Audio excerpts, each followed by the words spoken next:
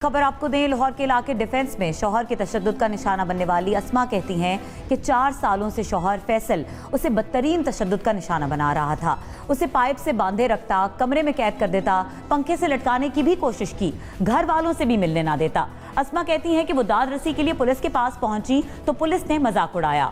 हसनैन चौधरी हमारे साथ मौजूद हैं, उनसे बात करेंगे। हसनैन, इस वक्त अस्मा के साथ आप मौजूद हैं, क्या सूरत हाल देख रहे हैं? पुलिस उनके साथ कोऑपरेट कर रही है? जी, लाहौर के इलाके काना में जो है वो शौहर ने बीवी के सर के बाल काट दिए और उसको शदीद जो है वो तशद्दुद का निशाना बनाया, जिससे वो ज़ख्मी हो गई और पुलिस ने जो है वो इसका मुकदमा दर्ज करके मज़ीद तफ्तीश शुरू कर दी है। इस वक्त मुतासरा खातून हमारे साथ मौजूद है, इनसे जानते हैं कि कैसे ये सारा वाक़या पेश आया है। जी बताइएगा, किस तरह ये सारा कुछ हुआ है, क्या किया था? मेरे शौहर ने घर पे दोस्त बुलाए हुए थे और मुझे कह रहे थे उनके साथ शराब पियो, डांस करो। जब मैं नहीं मानी, एक दिन लड़ाई चली है, उसके अगले दिन उसने अपने मुलाजमों के साथ मिलके मेरे सारे सर के बाल काट दिए।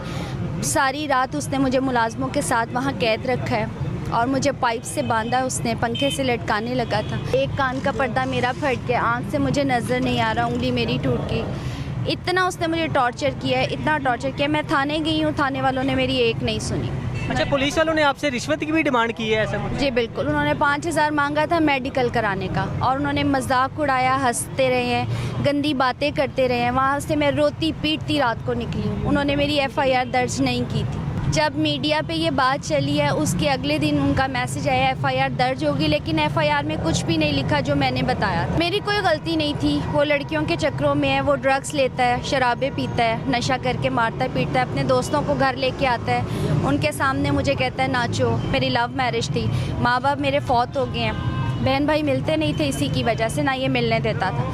लेकिन अब जुल्म की इंतहा हो गई है, अब मुझसे बर्दाश्त नहीं हुआ। अच्छा, क्या मुतालबा करना चाहेंगे?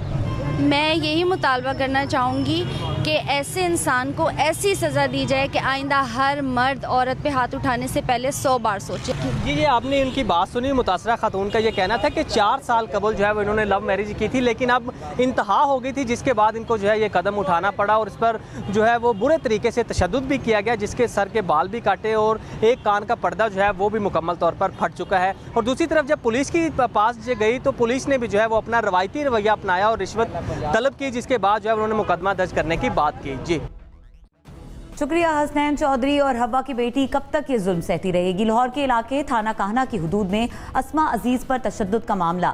IG पंजाब ने DIG ऑपरेशंस को मामले में गफलत बरतने वाले अफसरान और एहलकारों के खिलाफ कार्रवाई का हुक्म दे दिया। तलहा सईद से जानेंगे, तलहा, मामले में गफलत बरतने पर कौन कौन से एहलकार हैं जो मुअत्तली की जद में आएंगे?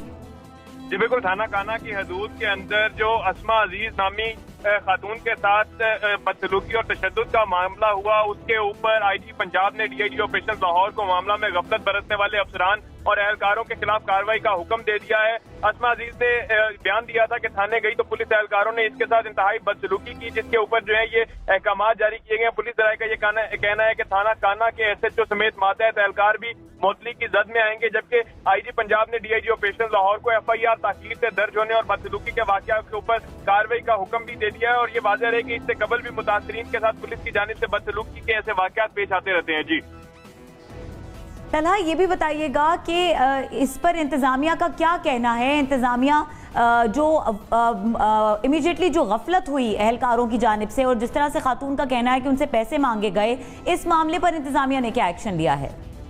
जी बिल्कुल, इसी मामले के ऊपर ही IG पंजाब ने एक्शन लेते हुए DIG ऑपरेशन लाहौर को हिदायत जारी की गई है कि इस वाक़े के अंदर गफलत बरतने वाले बदसलूकी के जिन्होंने बदसलूकी की, जिन पुलिस एहलकारों ने, इन तमाम के खिलाफ जो है वो इंक्वायरी बिठाई जाएगी और इनको जो है वो मुअत्तल किया जाएगा। अभी इस चीज का नोटिफिकेशन जारी नहीं हुआ है, लेकिन पुलिस दराये का कहना यह है कि DIG ऑपरेशन लाहौर जो है वो इस मामले को खुद इंक्वायरी कर रहे हैं और DIG ऑपरेशन लाहौर इस मामले को खुद देख रहे हैं। शुक्रिया तलहा सईद अपडेट करने के लिए।